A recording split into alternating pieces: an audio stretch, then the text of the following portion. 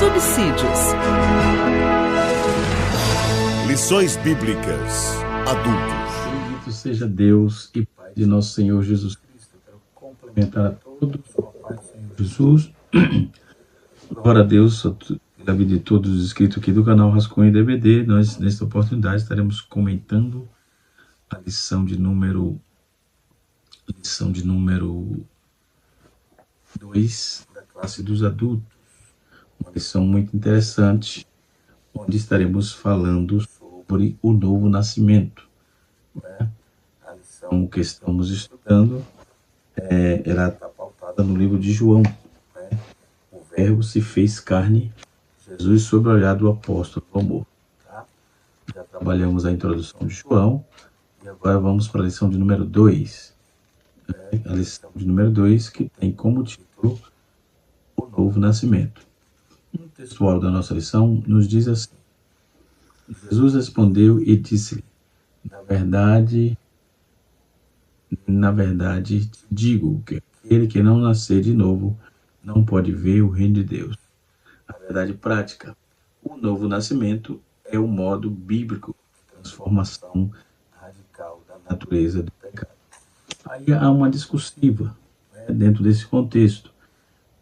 Como é que funciona a questão do novo nascimento? O que tem a ver com a regeneração? Qual é o processo? Crer, confessar, perdoar, receber o perdão, obviamente, e logo em seguida receber a regeneração e justificação. Então nós vamos trabalhar aqui no plano salvífico, ok? Nós vamos trazer um ascendente sobre a salvação, tá certo? No primeiro momento, a pergunta que está sendo feita na nossa revista, tópico número 1, é quem era Nicodemos, né? E nós vamos aprender um pouco sobre essa demanda. No contexto de João capítulo 3, revela que Nicodemos já era uma figura conhecida em Jerusalém. Que Jesus, aliás, era uma figura conhecida em Jerusalém. Então, nós vamos observar que se ele era uma figura conhecida em Jerusalém devido aos milagres que realizou, a transformar água em vinho, em sua forma se espalhou dentro dos povos, especialmente entre os líderes religiosos do templo de Jerusalém. Foi necessário que Jesus despertou, foi nesse cenário, aliás, que Jesus despertou o interesse de um mestre israelita chamado Nicodemos. No capítulo 3, versículo 1 de Yohanan, ou João, está pautado esse tema, não é? Nós vamos observar que Nicodemos, ele fazia parte do clã judaico, né? Então, era um fariseu, era príncipe e contemporâneo de Jesus. Então, quem era esta figura? Quem foi chefe dos judeus, doutor da lei, membro do Sinédrio? O que fez? Primeiro, Nicodemos era chefe dos judeus, era doutor da lei, era membro do Sinédrio. O que ele fez? Ele defendeu Jesus perante o Sinédrio e ajudou a sepultar Jesus. Como é descrito ele? Como ele é descrito? Respeitoso, questionador, curioso e devotado. O que aparece na Bíblia? Nós vamos ver em João 3, capítulo 3, versículo 20, capítulo 3, versículo 1 até o versículo 21, João, capítulo 7, versículo 45 e 42, e João, capítulo 19, versículo 38 a 42. Ele era uma figura que representava a interação entre a fé e a dúvida da tradição e renovação. Então, o encontro de Nicodemos com Jesus e todo o argumento que é tratado aqui, nós vamos observar que Nicodemos foi fascinado por Jesus, procurou à noite para não ser visto, né? Jesus explicou a Nicodemos o que era necessário para nascer de novo. Aí é o tema da nossa lição, o novo nascimento, né? Para ver se nascer de novo, veria o reino de Deus, né? Então, o que era necessário nascer de novo para ver o reino de Deus. Então, Nicodemos ficou intrigado com o ensinamento de Jesus. Nicodemos também defendeu Jesus perante o Sinédrio e ajudou a sepultá-lo, né? Então, quando vamos fazer essa tratativa, podemos observar que esse homem ele tem uma relevância muito grande dentro da historicidade do Cristo, né? Então, ele é um personagem muito citado dentro desse contexto no Novo Testamento, né? E desperta aí interesse acerca da sua historicidade, né? Da sua história. Então, quem foi Nicodemos, propriamente dito? Como eu já disse, foi um fariseu principal entre os judeus. Nicodemos era membro do Sinédrio, e a palavra utilizada para a posição aqui é archô, que significa governador, né? É um termo muito usado em uma espécie de título como os integrantes do Sinédrio. Em algumas outras traduções ou traduções, nós vamos observar que o termo também é traduzido como líder dos judeus, né? O nome Nicodemos é grego, que significa conquistador do povo. Então, o nome dele é um nome grego e significa conquistador do povo, né? A explicação do seu nome era de origem grega, se dá aí ao fato de que a partir do período dos governantes macabeus tornou-se comum uma mistura de nomes gregos entre os hebreus. Então, Nicodemos era um mestre em Israel, um estudante profissional, intérprete, doutor da lei, ocupando aí uma posição muito proeminente dentro daquele contexto, né? Para entendermos um pouco dessa questão da posição de Nicodemos, precisamos ter uma noção básica do que era o Sinédrio. Então, de forma bem resumida, vou dizer aqui o que era o Sinédrio. O Sinédrio era um tipo de corte suprema, né, dos judeus que se reunia em Jerusalém, né, naquele tempo, no tempo de Jesus, né, a jurisdição do Sinédrio era tanto civil quanto acerca da maneira criminal, né? De certa maneira criminal, melhor. Era muito provável que Nicodemos foi um homem de grandes pessoas, né? Foi um homem de grandes pessoas, não, de grandes posses. No capítulo 3, seu verso número 1, João, versículo 10, né? E no capítulo 19, versículo 39. Não se sabe praticamente sobre a vida pessoal, além do que é relatado no Evangelho segundo escreveu João. Alguns estudiosos tentam indicá-lo, né, ou identificá-lo o melhor como um homem rico, um homem generoso, chamado Nidikimon Ben Gurion, ou seja, ele é mencionado no Talmud, um dos livros básicos do judaísmo. Entretanto, a identificação é incerta. Já o Nicodemos da Bíblia, como já falamos, é citado apenas no Evangelho de João. A menção mais conhecida dele descreve no seu encontro com Jesus, no capítulo 3, a partir do versículo 1 até o versículo 22, onde Nicodemos é citado novamente no capítulo 7, versículos 50 a 52, e onde também, na ocasião, Nicodemos se mostra protestando contra os sacerdotes, fariseus, tentado prender Jesus. Por último, Nicodemos é citado no episódio do sepultamento de Jesus, onde ele ajudou outros membros do Sinédrio, como José de Arimateia, por exemplo, na preparação do corpo de Jesus. No capítulo 19 de João, versos 38 a 42, vai trazer essa narrativa, tá certo? Esse relato, melhor. Então, o relato que nos apresenta Nicodemos leva uma grande quantidade de especiarias, cerca de 100 libras de peso, algo em torno de 30 quilos naqueles dias, né? Para os dias de hoje. Então, para a unção do corpo de Jesus. Então, ele cuidou de tudo isso. E o encontro dele com Jesus? O encontro entre Jesus e Nicodemos é descrito todo o capítulo 3, conforme eu já disse, de João. Jesus estava em Jerusalém durante a festa da Páscoa, né? E muitas pessoas, ao verem os sinais que ele fazia, creram no seu nome. Então, pois, isto é, aceitaram-no como um mestre divino.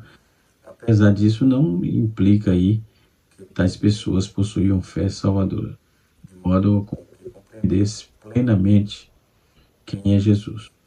Capítulo 2 de João, versículo 25, esse entendimento fica claro que na própria conversa entre Jesus e Nicodemos. Nicodemos era uma pessoa, uma dessas pessoas que ficaram maravilhosas com as obras de Jesus. Então ele sempre foi simpatizante, adorador de Jesus, o Cristo. E não encontrou ele à noite, não, mas não se sabe. Então ele encontrou-se com Jesus à noite, o melhor. E não se sabe exatamente por que vai da visita ter sido à noite, mas a interpretação mais conhecida é que Nicodemos teve medo de se expor, escolhendo visto que ele representava o sinédrio lá, ele ia ficar ruim se fosse escancarado à luz do dia e coisas do tipo, tá certo? A interpretação, Nicodemos teve medo, escolhendo ir à noite como uma forma de encontro mais discreto. Outros também defendem que a escolha de Nicodemos nessa ocasião pode significar que Nicodemos demonstrava respeito a Jesus e evitou incomodá-lo durante o dia. Então esse entendimento ele se baseia no reconhecimento de Nicodemos por Jesus conhecendo-o como rabi, ou seja, um mestre na época. A pessoa evitava distrair um rabi durante o dia, devido às suas muitas ocupações. Então, embora Nicodemos não tenha feito uma pergunta no início da conversa, ele levou Nicodemos a procurar Jesus, sem dúvida, acerca de como ele poderia entrar no reino de Deus. Isso parece claro na afirmação de Jesus acerca da necessidade de nascer de novo, daí é o tema próprio da nossa lição.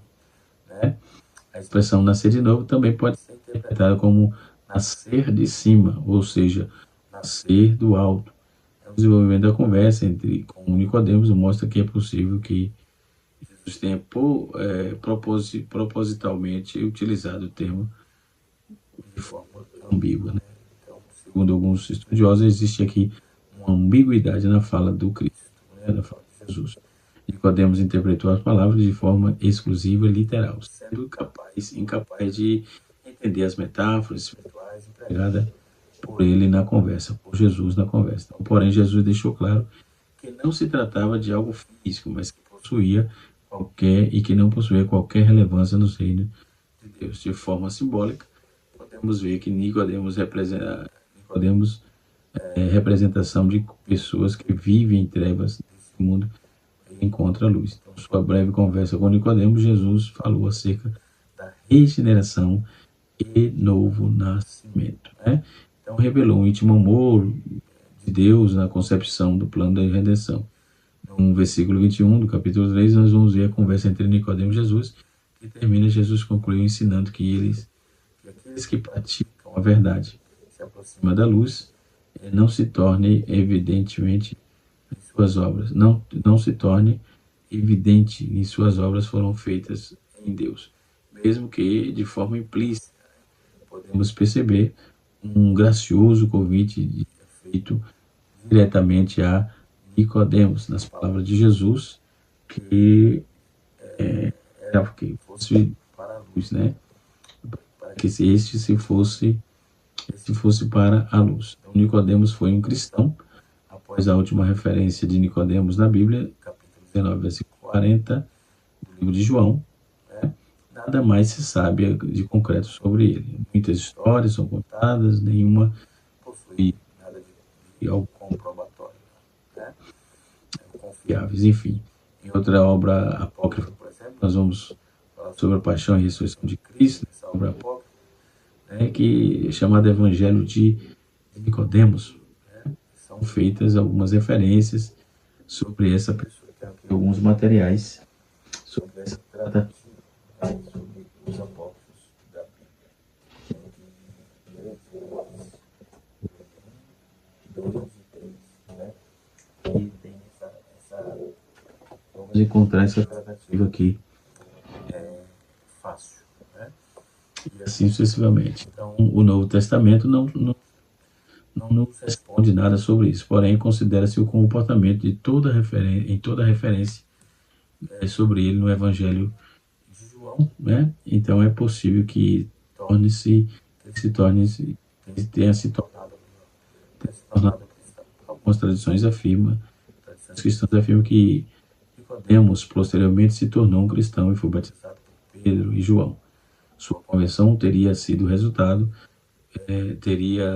em muita perseguição nas mãos dos judeus, tendo sido excluído de suas funções do Sinédrio e, por fim, acabando expulso de Jerusalém, segundo algumas lendas, né? Ele ainda teria sofrido martírio, porém vale a pena lembrar aqui, novamente, que os relatos carecem de maiores provas que atestam. Então, tudo isso são especulações. Mas é bom trazer, porque os materiais estão aí, porque os estudiosos que gostam têm sempre material à disposição. Certo? Glória a Deus. Nada além da Bíblia, mas tem esses materiais apócrifos aí circulando nos nossos dias. Certo? E é bom que entendamos, que leamos, que pesquisamos, para que possamos tirar proveito para o bom andamento do nosso conhecimento acerca da sacrossanta palavra de Deus. Amém? Vamos para a nossa contexto, aprendemos em larga escala quem era Nicodemos, obviamente, e vamos agora para o diálogo, trabalhando também o diálogo entre Jesus e Nicodemos. O comentarista abriu aqui no auxílio bibliológico, colocou aqui o comentário da Bíblia de estudo de aplicação pessoal. Ele colocou: Nicodemos, Deus é especialista em encontrar-se e transformar pessoas e considera fora do alcance. Demorou algum tempo para que Nicodemos deixasse de ser um discípulo anônimo, mas Deus foi paciente com este crente secreto. Né? Isso aí é uma observação do comentarista, baseado no comentário que ele pegou, extraiu da Bíblia de estudo de aplicação pessoal. Nicodemos era um membro do Sinédrio e estava presente quando levaram Jesus para ser julgado. João capítulo 7, verso 50. Né? No tópico de número 2, vale a pena salientar que nossa lição é dividida em 3 tópicos. O primeiro tópico já foi, nós tratamos aqui Jesus e Nicodemos. Agora, o segundo tópico é o novo nascimento, a obra da regeneração. Vale aqui lembrar, né, sobre isso. Nós temos aí os meios, como chega aí a regeneração, né? Qual é os caminhos a percorrer, certo? Vamos trabalhar isso aqui doravante. No tópico número 3, nós temos aqui os meios da obra regeneradora, né? Meios da obra regeneradora. Então, regeneração vem do próprio Deus, né? O próprio Deus é que trabalha essa questão em nós, okay? Por meio de Jesus Cristo, o seu Filho. Eu peguei um artigo aqui, né? E esse artigo diz que o nome do comentarista é Arthur W. Pink. Ele é muito conhecido, esse autor, já antigo, né? Obviamente já falecido. Ele diz que existem 2 obstáculos principais para o caminho da salvação de qualquer um dos filhos caídos de Adão.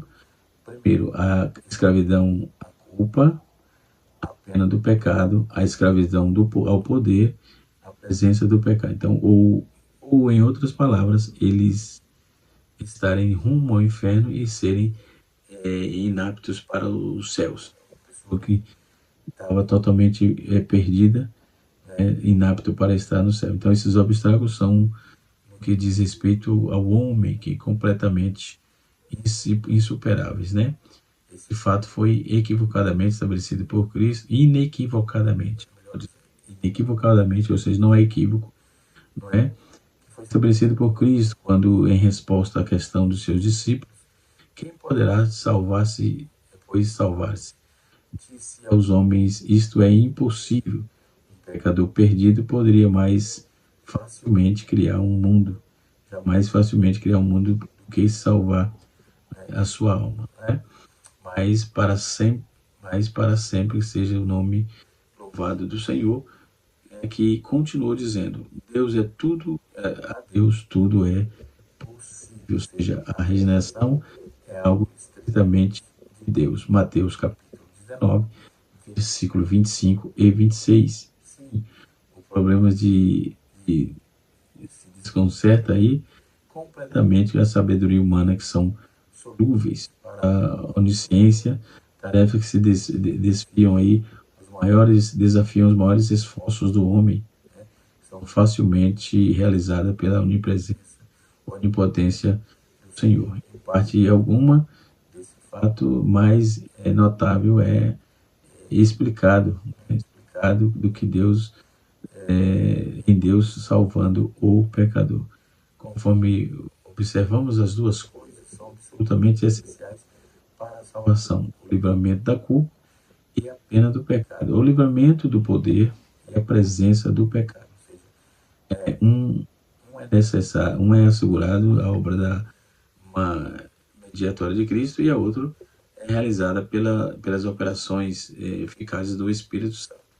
Eles estão intrínsecos, estão juntos, eles estão sempre trabalhando em prol da salvação e regeneração do ser humano. 1 Coríntios capítulo 2, versículo 14. Né? A verdade é que acabou de ser dito aí, estabelecido sobre declaração obra óbvia, né? Ora, o homem natural não compreende as coisas do Espírito de Deus, porque lhe parece loucura. Então, o texto de 1 Coríntios capítulo 2, verso 14, já afirma de forma categórica isso aqui, certo? Então, com respeito à regeneração, acho que já está bem mais do que claro, mas vamos fazer aqui os pontos básicos da regeneração, da salvação, a ordem da salvação. Como fica isso?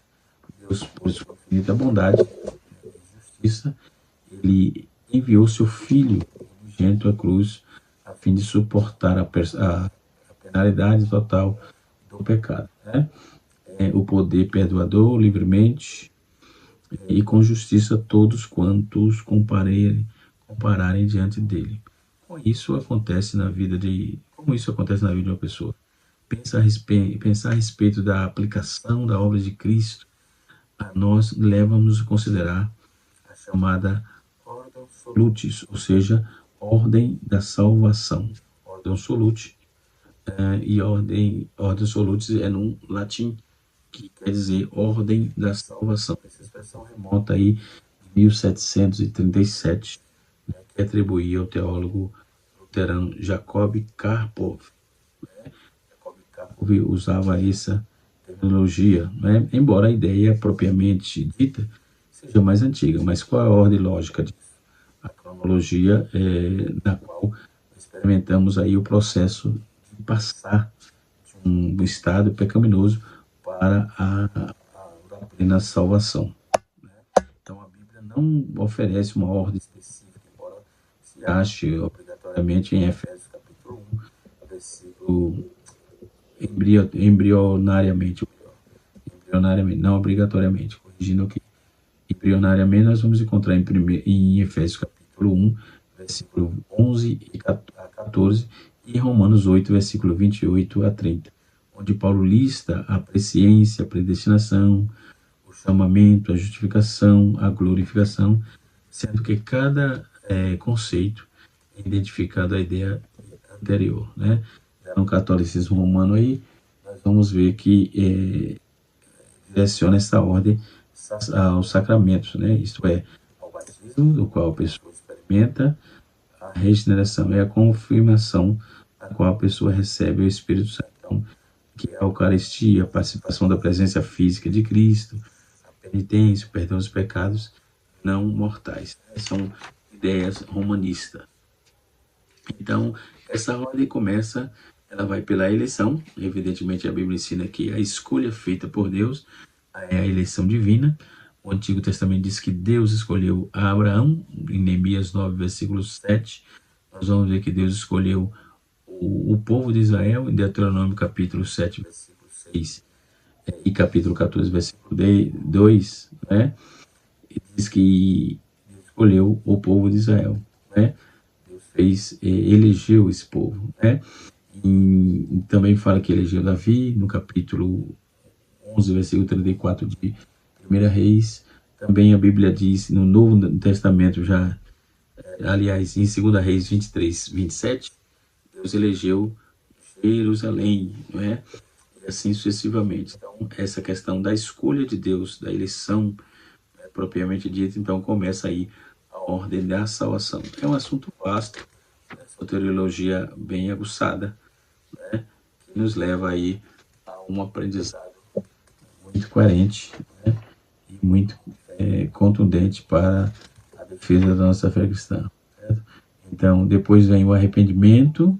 Então, primeiro, a ordem da salvação, eleição, arrependimento, entendeu? O arrependimento e a fé são dois elementos essenciais. A fé, então, eles são essenciais para a conversão, que envolve uma...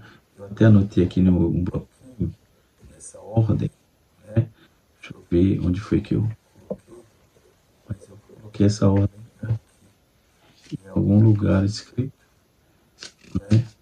Para poder fazer a citação na hora da aula. Mas é bem isso. Então, arrependimento, fé, eu coloquei a ordem da salvação, confissão, eleição, arrependimento, fé, regeneração, que é o novo nascimento, justificação e santificação, e por fim, a glorificação. Essa é a ordem da salvação, tá certo? Então, nós vamos ver que o arrependimento por si só não pode salvar, é impossível, né? Mas sem tomar consciência da ênfase sobre aquele que Deus anuncia agora a todos os homens em todo lugar que se arrependam. Então, o arrependimento ele é crucial, né? A fé ela vem na sequência, né? E assim sucessivamente. Depois nós temos a regeneração, que é o assunto também bem firmado na nossa revista, na nossa lição, tá certo? Então nós temos a regeneração. Quando responder o chamado divino, né? Quando correspondemos ao chamado divino, ao convite, aliás, do Espírito Santo, da Palavra de Deus, para realizar o ato soberano que nos introduzem à família do seu reino. Ele regenera os que são mortos em seus delitos e pecados, justifica os que estão condenados diante de Deus, um Deus santo, né? E adota como filhos do inimigo. E adota os filhos do inimigo, ou seja, embora este ato ocorra simultaneamente naquele que crê, é possível examinar separadamente. Então, a regeneração é uma ação, é uma ação decisiva, instantânea do Espírito Santo, mediante a qual ele cria de novo a natureza interior. O substantivo grego aí é o poligenesia, né, que é traduzido por regeneração, que aparece apenas duas vezes no Novo Testamento. Em Mateus 19, versículo 28, emprega-o como referência ao desculpem, mais uma vez, ao fim do tempo, que somente Tito, né, refere-se também à renovação espiritual do indivíduo, e, embora o Antigo Testamento tenha em vista a noção de Israel, a Bíblia emprega aí várias figuras de linguagem para descrever o que acontece, né? E por fim, o Novo Testamento apresenta a figura de ter sido criado de novo, ou ter renovação. Okay? Depois nós temos, ainda na ordem da salvação, nós temos a justificação, né? Assim como a regeneração leva o efeito a uma mudança em nossa natureza, a justificação modifica a nossa situação diante de Deus. Justificação refere-se a um ato mediante a qual, com base na obra infinitamente justa e satisfatória de Cristo na cruz, Deus declara os pecadores condenados livres de toda a culpa do pecado e de suas consequências eternas, então, declarando-se declarando justos aos seus olhos. Então Deus, ele detesta o que justifica o ímpio. O Deus que detesta o que justifica o ímpio, no capítulo 17, versículo 15 de Provérbios, nós vamos ver esse relato. Então, mantém a sua própria justiça ao justificá-la, porque Cristo já pagou a penalidade de forma integral dos nossos pecados. Romanos capítulo 3, versículo 21 a 26. Certo? Outro sim, podemos observar que todo tempo sido justificado pela graça, mediante a fé, experimentamos grandes benefícios agora diante de Deus, né? Tendo paz com Deus, estamos preservados para o dia da ira, né? Então estamos escondidos, certo? E assim sucessivamente. Nós temos aí também a adoção, a perseverança, enfim, é um conteúdo vasto dentro dessa temática, muito importante sobre o novo nascimento, tá certo? Os meios da obra regeneradora, a operação do Espírito Santo refere-se ao conceito de nascer da água, refere-se da forma metafórica, né, à ação purificadora do Espírito, embora muitos interpretam a água no Evangelho de João como uma alusão ao batismo cristão e a regeneração que produz. Não é algo físico ou material, mas sim uma transformação interior, com apenas o Espírito Santo pode realizar nesse sentido. O nascer da água simboliza a obra purificadora do Espírito, referindo-se àqueles que são nascidos do Espírito, né? E assim sucessivamente. Eu vou ficando por aqui. Canal Rascunho DVD, ensinando para transformar vidas. Que Deus em Cristo os abençoe e que a boa mão de Deus continue sobre as nossas vidas. A próxima lição estaremos estudando a verdadeira adoração. Tá certo? Muito bem. Tá certo? Que Deus abençoe a todos. Em nome precioso